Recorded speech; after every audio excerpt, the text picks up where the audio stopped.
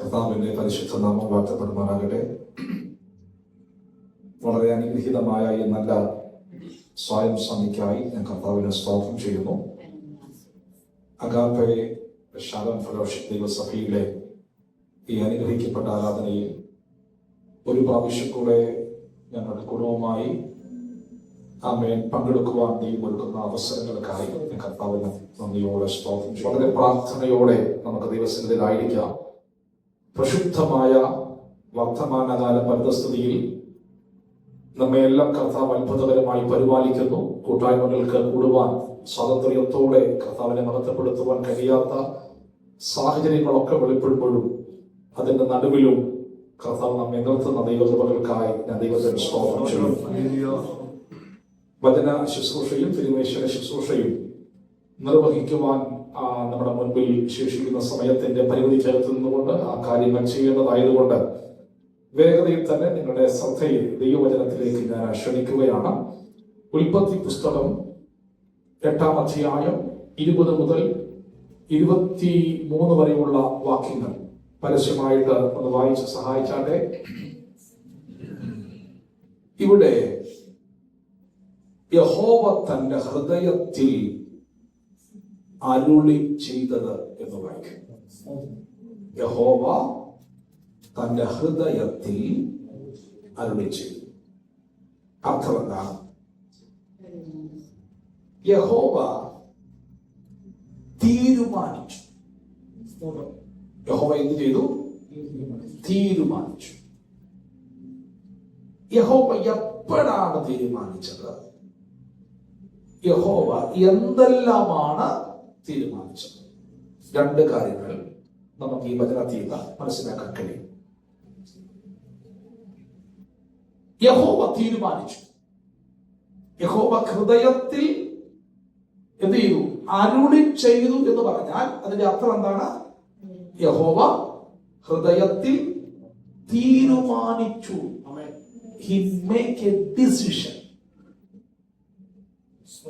തീരുമാനിച്ചു. എപ്പോഴാണ് തീരുമാനിച്ചത്? ഒന്നുകൂടെ നോക്കാമോ നിങ്ങളുടെ വാക്യം 20 മുതൽ ഒന്ന് നോക്കിയാട്ടെ.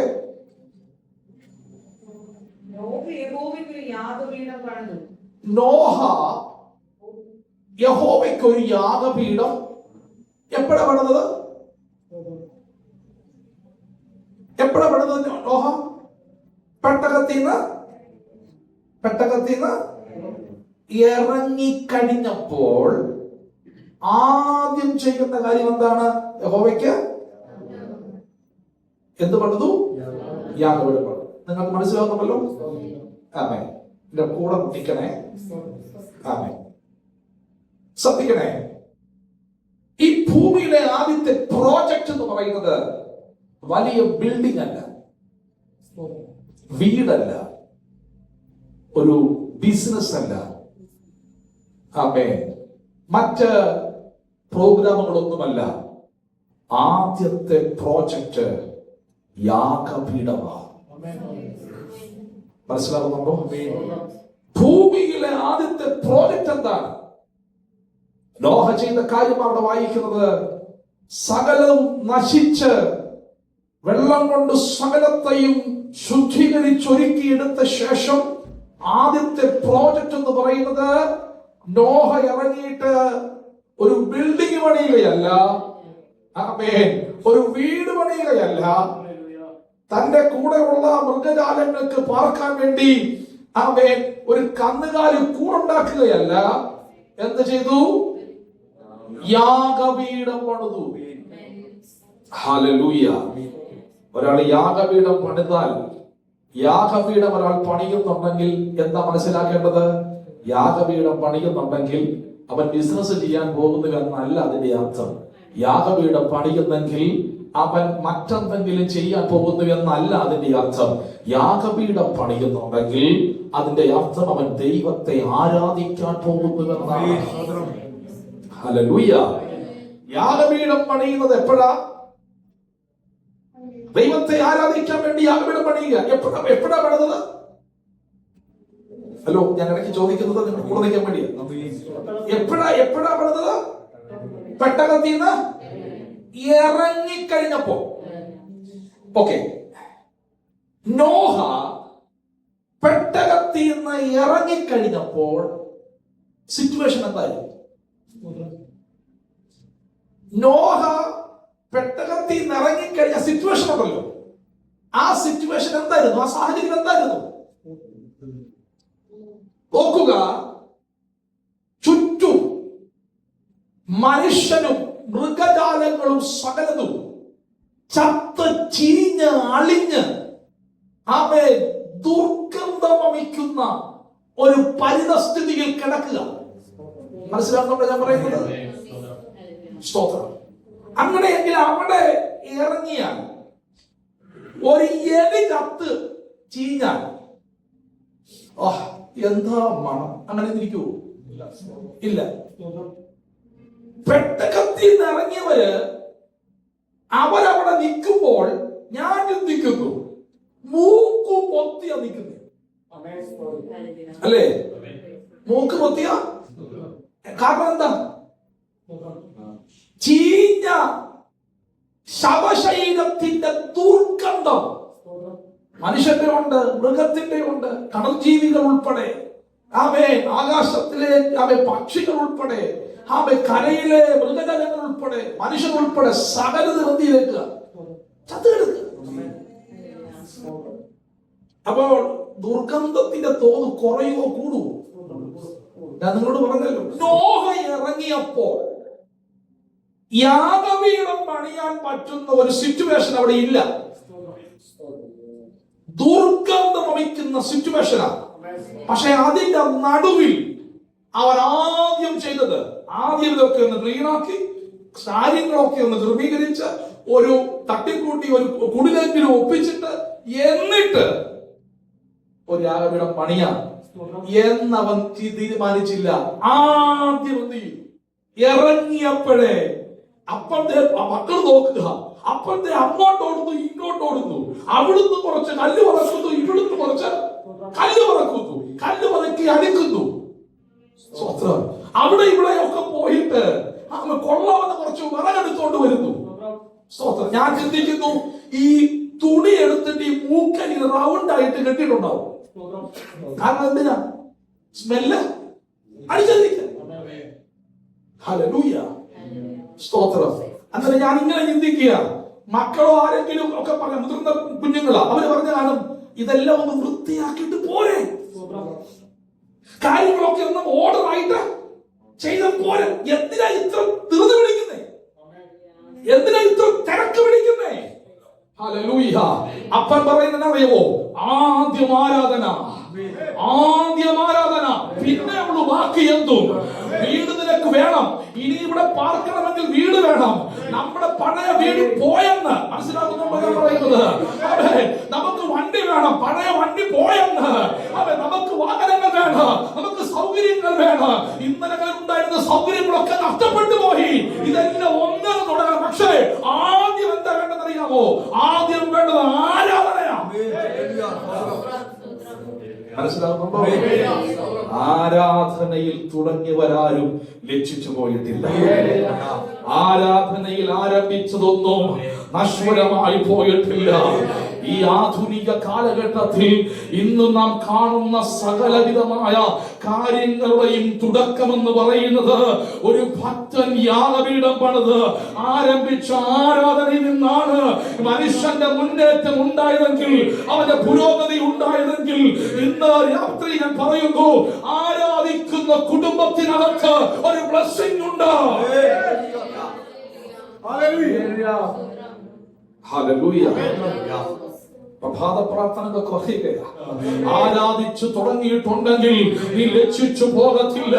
ആരാധനയ്ക്ക് വില കൊടുക്കാൻ നീ തയ്യാറായിട്ടുണ്ടെങ്കിൽ നീ ലക്ഷിച്ചു പോകത്തില്ല. ആമേൻ. അപ്പോൾ ചിന്തിക്കേണ്ടത്, നോഹ യാഗപീഠം പണിതത് യാഗപീഠം പണിയാൻ പറ്റുന്ന ഒരു സാഹചര്യത്തിൽ ആയിരുന്നില്ല. എങ്കിലും അവനത് ചെയ്തു. വേണമെങ്കിൽ അവന് പണിയാതിരിക്കാം. ആര് കുറ്റം എന്ന് പറഞ്ഞു? ദൈവം പറഞ്ഞോ നീ ഇറങ്ങുന്ന ഉടനെ യാഗപീഠം പണിതെന്ന് പറഞ്ഞോ? അല്ലെങ്കിൽ മനസ്സിലാക്കാൻ ദൈവം പറഞ്ഞിട്ടാണ് ഇത് ചെയ്തത്. ദൈവം പറഞ്ഞിട്ടല്ല യാഗപീഠം പണിത്. യാഗപീഠം പണിതത് എന്തിനാണ്? യാഗം അർപ്പിക്കാൻ. യാഗം അർപ്പിക്കുന്നത് ആരാധനയാണ്, ദൈവത്തിന് കൊടുക്കാനാ, കിട്ടാനല്ലെന്ന്. മനസ്സിലാക്കുന്നുണ്ടോ? കർത്താവേ ഒരു നല്ല വീട്, അത് പോയി. ആകെ ഈ പെട്ടകത്തെ കയറി ഞങ്ങൾ വന്നു. ഇനി ഞങ്ങൾക്കെല്ലാം ഒന്നേന്ന് ഇനി മുന്നോട്ട് പോകാൻ ശാപ്പാട് വേണമെങ്കിൽ പെട്ടകത്തിൽ വെച്ചുണ്ടായിരുന്ന ശാപ്പാടൊക്കെ കാലിയായി തുടങ്ങി. 1-2 ദിവസമൊക്കെ കാണും. ഇനി ഇത് വിതയ്ക്കണം, സ്വത്രം കൃഷി ചെയ്യണം, നില ഉഴുതണം, അല്ലേ, വിത്ത് വിതയ്ക്കണം, അത് മുളയ്ക്കണം. അവൻ അത് പിന്നെ എടുത്ത് ഭക്ഷ്യ യോഗ്യമാക്കി മാറ്റി അത് ഉപയോഗിക്കണം. എന്നെല്ലാം കടമകളാണ്. സഹായിക്കാൻ ആരെങ്കിലും ഉണ്ടോ? സഹായിക്കാൻ ഒറ്റ മനുഷ്യരുണ്ടോ? സ്വന്തം ഏതെങ്കിലും സൂപ്പർ മാർക്കറ്റ് ഉണ്ടോ? കടയിൽ പോയി സാധനം വാങ്ങിക്കാൻ വേണ്ടി ഇതെല്ലാം എടുത്തു വെച്ചിട്ടുള്ള ഒരു കടയുണ്ടോ? ഒന്നുമില്ല. ഇതെല്ലാം ഒന്നേന്ന് സ്റ്റാർട്ട് ചെയ്യണം. കർത്താവേ അങ്ങ് അറിയുന്നല്ല അവസ്ഥ. അവൻ ഇങ്ങോട്ട് തരണമേ എന്നല്ല അവൻ പ്രാർത്ഥിക്കുന്നത്, അവൻ ദൈവത്തിന് കൊടുക്കുകയാ. ആരാധന ദൈവത്തിന് കൊടുക്കുകയാണ്. എന്താണെന്നറിയാമോ?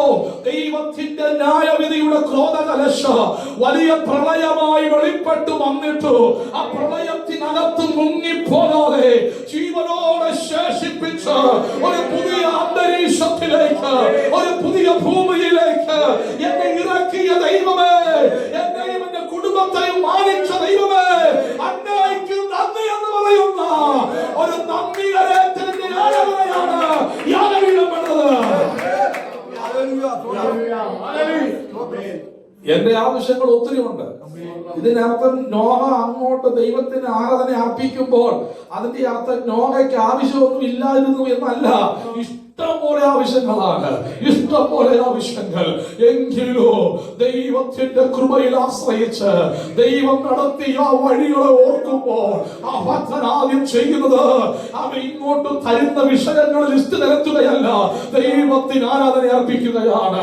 ഇന്ന് ഈ മീറ്റിംഗ് നിങ്ങൾ പങ്കെടുക്കുമ്പോൾ ദൈവം ഏറ്റവും കൂടുതൽ പ്രതീക്ഷിക്കുന്നത് ആവശ്യങ്ങൾ അങ്ങോട്ട് അറിയിക്കുന്ന ഒരവസ്ഥയേക്കാൾ ഉപരിയായി ദൈവം തന്നതിനെ ഓർത്ത് നന്ദി കരേറ്റുന്ന ഒരു താങ്ക്സ് ഗിവിംഗ് ചെയ്യുന്നതായ ഒരു മനോഭാവം ഉണ്ടാകട്ടെ. ആരാധനയ്ക്ക് പോകാൻ ഒരു സാഹചര്യവും ചിലപ്പോൾ കാണത്തില്ല. പ്രാർത്ഥനയ്ക്ക് പോകാൻ ഒരു സാഹചര്യം. എന്തിനേറെ നന്നായിട്ടൊന്ന് ഉറങ്ങിയിട്ട് ചിലപ്പോൾ ദിവസങ്ങളായിരിക്കും. ഡ്യൂട്ടി തിരക്ക് ഭയങ്കരമായിരിക്കും. ഹല്ലേലൂയ. ടൈമും ഓവർ ടൈമും ആക്കി ഇട്ടങ്ങ് ഭയങ്കരമായി ബുദ്ധിമുട്ടും. വന്നു കയറുമ്പോൾ ഇട്ട ഡ്രസ് ഊരി മാറ്റാൻ പോലുമുള്ള ഒരു താല്പര്യമില്ലാതെ കിടക്കയിലേക്ക് കിടക്കാനായിരിക്കും ഇൻട്രസ്റ്റ്. ഹല്ലേലൂയ. ന്യായങ്ങളും സാഹചര്യങ്ങളും പരാതികളും പരിഭവങ്ങളും പറഞ്ഞ് അവൻ പ്രാർത്ഥനകളെ മാറ്റുവാൻ, കൂട്ടായ്മകളെ മാറ്റി വയ്ക്കുവാൻ ഇഷ്ടം പോലെ ലിസ്റ്റ് കണ്ടേക്കാം. എന്നാൽ ഇന്ന് ഞാൻ പറയുന്നു, ഹല്ലേലൂയ, നോഹയ്ക്ക് പറയാൻ ഇഷ്ടം പോലെ റീസൺസ് ഉണ്ടായിരുന്നു. പക്ഷേ അവൻ അതിന്റെ പേരിൽ അവൻ യാഗപീഠം പണിയാതിരുന്നില്ല. അവൻ യാഗപീഠം പണിത് ദൈവത്തെ ആരാധിച്ചെങ്കിൽ പ്രാർത്ഥിച്ചോ, ദൈവത്തിന്റെ ആത്മാവ് നിങ്ങൾക്കൊരവസരം തന്നാൽ ഓടിയെത്താൻ പറ്റുമെങ്കിൽ ഓടിയെത്തിക്കോണ്. സമയം ഇച്ചിരി വൈകിയാലും കുഴപ്പമില്ല. അവ ഓടിച്ചെല്ലാൻ പറ്റുമെങ്കിൽ ഓടിച്ചെന്നോളണം. പ്രാർത്ഥിക്കാൻ അവസരം കിട്ടിയാൽ ദൈവത്തിനെ തട്ടി എഴുന്നേൽപ്പിക്കുന്ന രാത്രിയാവട്ടെ. നീ എഴുന്നേറ്റ് പ്രാർത്ഥിച്ചോളൂ. ദൈവത്തിനെന്തോ കാര്യമായി നിന്റെ ലൈഫിൽ ചെയ്യാറുണ്ട്. ദൈവത്തിനെന്തോ കാര്യമായി നിന്റെ ലൈഫിൽ ചെയ്യാറുണ്ട്. അടുത്ത വാക്യം നമുക്ക് നോക്കാമോ? ഞാൻ പെട്ടെന്ന് അവസാനിപ്പിക്കാം. നോഹ യഹോവയ്ക്ക് ഒരു യാഗപീഠം പണിത് ശുദ്ധിയുള്ള സകല മൃഗങ്ങളിലും ശുദ്ധിയുള്ള എല്ലാ പറവുകളിലും ചിലതെടുത്ത് യാഗപീഠത്തിന്മേൽ ഹോമയാഗം അർപ്പിച്ചു. അവൻ അർപ്പിച്ച യാഗപീഠത്തിലെ അർപ്പണം വിശുദ്ധമായ അർപ്പണമായിരുന്നു. അർത്ഥം മനസ്സിലാക്കുന്നുണ്ടോ? അവന്റെ ആരാധന വിശുദ്ധമായിരുന്നു. അല്ലാതെ എന്തെങ്കിലും ആകട്ടെ, എങ്ങനെയും നടന്നിട്ട് എന്തെങ്കിലും ഒക്കെ ചെയ്തിട്ട് പറഞ്ഞിട്ട് ഹല്ലേലൂയ എങ്ങനെയൊക്കെ ഒന്ന് ആരാധിച്ചേക്കാമെന്നല്ല, ആരാധനയുടെ ക്രമമനുസരിച്ച് അതിന്റെ നീതിക്കൊത്തവണ്ണം, അതിന്റെ വിശുദ്ധിക്കൊത്തവണ്ണം ശുദ്ധിയുള്ള മൃഗത്തെ നിരത്തി ആരാധന അർപ്പിക്കുവാൻ അവൻ തയ്യാറായി. നമ്മിൽ നിന്ന് ഉയരേണ്ടത് എന്താണെന്നറിയാമോ? ശുദ്ധിയുള്ള ആരാധനയാണ്, വിശുദ്ധമായ ആരാധനയായിരിക്കണം. വായിച്ചോ വായിച്ചോ വായിച്ചോ. ആമേൻ ആമേൻ. ശുദ്ധിയുള്ള മൃഗങ്ങളെ അവർ യാഗമർപ്പിച്ചു. അടുത്തത് യഹോവ എന്തു മണത്തു? ബാക്കിയുള്ളവർക്ക് എന്ത് മണത്തോണ്ടിരിക്കുക? ബാക്കിയുള്ളവരൊക്കെ എന്ത് മണത്തോണ്ടിരിക്കുക? ചീഞ്ഞ സ്മെല്ല് മണത്തോണ്ടിരിക്കുക. മനസ്സിലാകുന്നുണ്ടോ? ഹല്ലേലൂയ. ഏതാ കൂടുതലായിട്ടുള്ളേ? ഒരു കൊച്ചു യാഗപീഠം. ആ കൊച്ചു യാഗപീഠത്തിൽ നിന്ന് എന്ത് പൊങ്ങുന്നു? സൗരഭ്യം പൊങ്ങുന്നു. ദൈവത്തിന്റെ യാഗപീഠത്തിൽ നിന്ന് പൊങ്ങുന്നു. അതിന്റെ സ്മെല്ലാണോ കൂടുതൽ? ചത്ത് ചീഞ്ഞു കിടക്കുന്ന ശവശരീരത്തിൽ നിന്ന് പൊങ്ങുന്ന ദുർഗന്ധമാണോ കൂടുതൽ? ഏതാ കൂടുതൽ? ദുർഗന്ധമല്ലേ കൂടുതൽ? അങ്ങനെയെങ്കിൽ ദൈവം മണത്തപ്പോൾ എന്താ മണക്കേണ്ടത്? മനസ്സിലാവുന്നുണ്ടോ? ദൈവം മണത്തപ്പോൾ എന്താ മണക്കേണ്ടത്? ദുർഗന്ധമല്ലേ? പക്ഷെ വചനം പറയുന്നു ദൈവം എന്ത് മണത്തു? ദുർഗന്ധങ്ങൾക്കിടയിലും സൗരഭ്യം മണത്തുന്നു. ദുർഗന്ധങ്ങൾ കൊണ്ട് നിറയപ്പെട്ട ഒരു സാഹചര്യത്തിന്റെ നടുവിൽ ഭക്തൻ അർപ്പിച്ചത് വിശുദ്ധമായത്, അതിന്റെ നിന്ന് പൊങ്ങിയത് സൗരഭ്യമായി വെളിപ്പെട്ടു വന്നു. ഇന്ന് പകൽ നിന്റെ ആരാധന വിശുദ്ധമാണെങ്കിൽ ദൈവത്തിന്റെ സൗരഭ്യം, അതിന് സൗരഭ്യം വെളിപ്പെടുവാൻ പോകുകയാണ്. അത് സൗരഭ്യം ഉയരട്ടെ യേശുവിന്റെ നാമത്തിൽ. എന്നതിന്റെ അർത്ഥമെന്നറിയാമോ? ചുറ്റുപാടുള്ള കാര്യങ്ങൾ ഇവനെ ആരാധനയെ സ്വാധീനിച്ചില്ല. അവൻ നിൽക്കുന്ന ഏരിയയുടെ സറൗണ്ടിലുള്ള കാര്യങ്ങളൊന്നും അവനെയോ അവന്റെ ആരാധനയോ എന്ത് ചെയ്തില്ല? സ്വാധീനിച്ചില്ല. സ്തോത്രം. നിൽക്കുന്ന മേഖല ദുർഗന്ധം നിറഞ്ഞതാ, നിൽക്കുന്ന മേഖല നാറ്റമണിക്കുന്നതാ. പക്ഷെ അതിന്റെ നടുവിൽ വെളിപ്പെട്ടത് എന്താണെന്നറിയാമോ? സൗരഭ്യമാണ്. സ്തോത്രം സ്തോത്രം സ്തോത്രം സ്തോത്രം സ്തോത്രം സ്തോത്രം. അവ ചുറ്റും കേൾക്കുന്നതെല്ലാം ചീത്ത വാക്കുകളായിരിക്കാം, ചുറ്റും കേൾക്കുന്നതെല്ലാം അശുദ്ധമായ കാര്യങ്ങളായിരിക്കാം. പക്ഷെ നിന്റെ നാവിൽ നിന്ന് വെളിപ്പെട്ട് വരേണ്ടത് സൗരഭ്യമായിരിക്കണം. ഹല്ലേലൂയ. ഒരു വിശുദ്ധന് ജീവിക്കാൻ പറ്റാത്ത പരിതസ്ഥിതിയായിരിക്കും നിനക്ക് ചുറ്റുമുള്ളത്. പക്ഷെ അതിന്റെ നടുവിൽ നിന്ന് നിന്നിൽ നിന്ന് വെളിപ്പെട്ട് വരേണ്ടത് സൗരഭ്യമായിരിക്കണം. ഹല്ലേലൂയ. പാപം ചെയ്യാനുള്ള ഇഷ്ടം പോലെ ഓപ്പർച്യൂണിറ്റി ചുറ്റുമുണ്ടാകും, മാടി മാടി വിളിക്കുന്നുണ്ടാകും. പക്ഷെ നീ അതിനകത്ത് വീണു പോകല്ല. നിന്നെ ഉയരേണ്ടത് വിശുദ്ധിയുള്ള ആരാധനയായിരിക്കണം. അത് സൗരഭ്യവാസനയായി ഉയർന്നു വരണം. ഹല്ലേലൂയ. സൗരഭ്യം വെളിപ്പെടണം. ദൈവം അത് മണത്തപ്പോൾ, ദൈവം അത് മണത്തപ്പോൾ. അടുത്തത് എന്താണ്? യഹോവ സൗരഭ്യവാസന മണത്തപ്പോൾ യഹോവ തന്റെ ഹൃദയത്തിൽ അരുളി ചെയ്തത്. യഹോവ ആരെ കുറിച്ച് ചിന്തിച്ചു? ആരെ കുറിച്ചാ ദൈവം ഹൃദയത്തിൽ പറഞ്ഞത്? നമ്മുടെ ചിലരെ കുറിച്ച് പുറമെ പറയത്തില്ല, ആ വ്യക്തിയോടും പറയത്തില്ല. പക്ഷേ എന്തെങ്കിലും ആ വ്യക്തി ഒന്ന് ചെയ്യും, ആ വ്യക്തിക്ക് വേണ്ടി എന്തെങ്കിലും ഒന്ന് ചെയ്യണം, ആ വ്യക്തിക്ക് എന്തെങ്കിലും ഒന്ന് കൊടുക്കണം, ആ വ്യക്തിയെ ആ ആവശ്യത്തിൽ എന്ത് ചെയ്യണം? ഒന്ന് സപ്പോർട്ട് ചെയ്യണം. നമ്മൾ ആരോടും പറയത്തില്ല. നമ്മൾ ചില വ്യക്തികളുമായി ബന്ധപ്പെട്ട് ഹൃദയത്തിൽ എന്ത് ചെയ്യാറുണ്ട്? തീരുമാനിക്കാറുണ്ട്.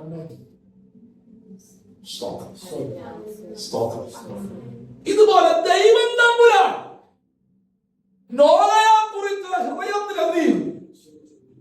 തീരുമാനിച്ചത് എന്നാ കാര്യം? സൗരഭ്യം മണത്തു. സൗരഭ്യം മണക്കാൻ കാര്യം എന്നാ? വിശുദ്ധിയുള്ള ആരാധന കഴിച്ചു. എത്ര ആരാധന കഴിച്ചു? ഒറ്റ ആരാധന.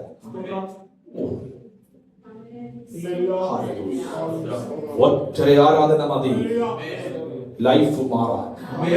ഒറ്റ ആരാധന മതി സ്ഥിതി മാറാൻ ഒറ്റ ആരാധന മതി. അവസ്ഥ മാറാൻ ഒറ്റ ആരാധന മതി. നിന്റെ മേലുള്ള വാഗ്ദത്തങ്ങൾ ഓപ്പൺ ആകാൻ ഒറ്റ ആരാധന.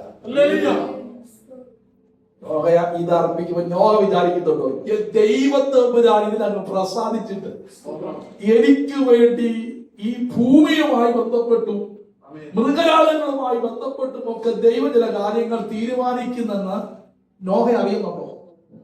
അറിയുന്നുണ്ടോ? ഇല്ല. ഞാൻ നിങ്ങളോട് പറയുന്ന കാര്യം, കർത്താവിന്റെ വേലയുമായി ബന്ധപ്പെട്ട്, ദൈവസഭയുമായി ബന്ധപ്പെട്ട്, ആത്മീക പ്രവർത്തനങ്ങളുമായി ബന്ധപ്പെട്ട് നിങ്ങൾ ചെയ്യുന്ന ചെറിയ കാര്യങ്ങൾ പോലും ദൈവസന്നിധിയിൽ വലുതാണ്. മനസ്സിലാകുന്നുണ്ടോ? നിങ്ങൾ ചെയ്യുന്ന ചെറിയ കാര്യങ്ങളോട് ചേർത്ത് പറയാ. ഇങ്ങനെ നിൽക്കുന്ന വിഷയത്തെ കുറിച്ച് ഒരു ഉദാഹരണം ചേർത്ത് പറയാ.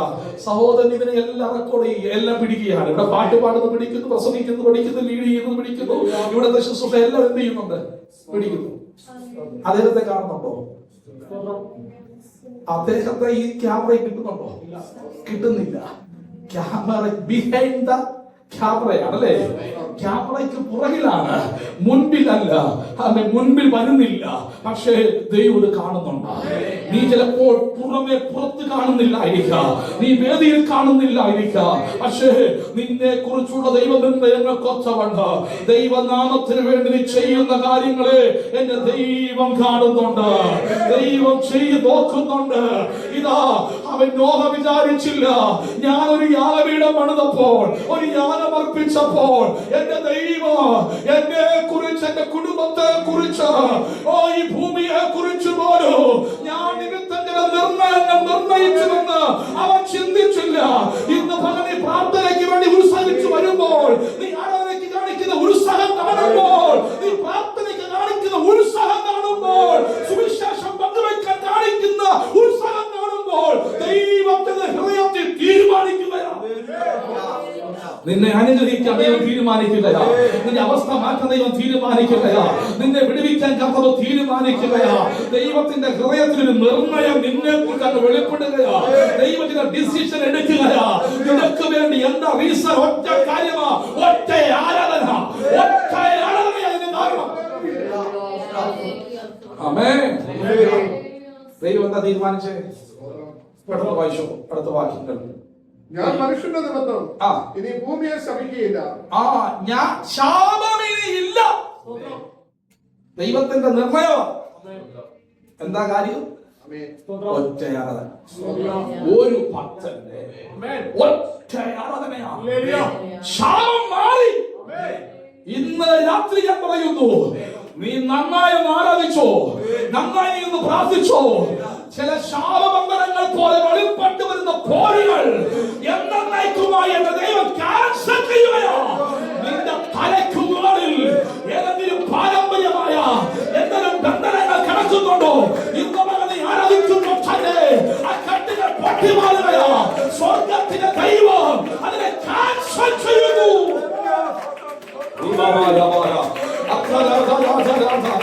യേശുവിന്റെ നാമത്തിൽ അന്യാരാധന ബന്ധനങ്ങൾ മാറിപ്പോകട്ടെ, പാരമ്പര്യ ബന്ധനങ്ങൾ അഴിയട്ടെ, ശാപബന്ധനങ്ങൾ അഴിയട്ടെ, രോഗബന്ധനങ്ങൾ ഇന്ന് പകൽ ഈ രാത്രിയിൽ ആരാധിച്ചുകൊണ്ടിരിക്കുന്ന തന്നെ വിട്ടുമാറട്ടെ.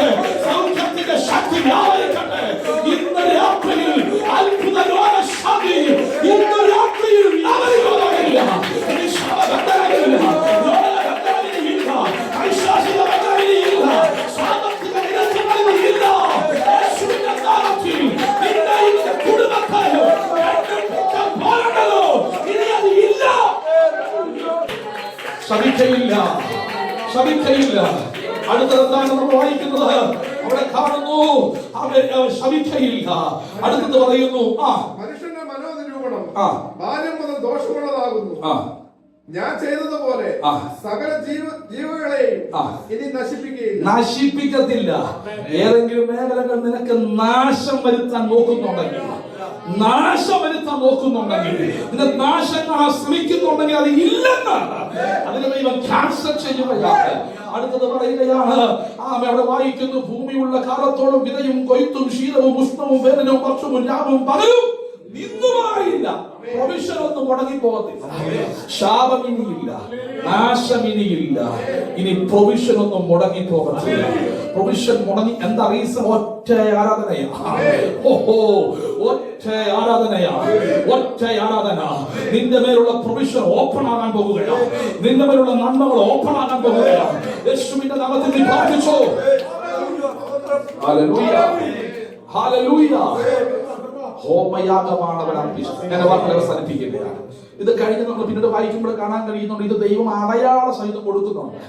ദൈവം എന്ത് ഹൃദയത്തിൽ നിശ്ചയിച്ചോ നിർണയിച്ചോ അത് പിന്നീട് ദൈവം എന്ത് ചെയ്യുന്നുണ്ട്?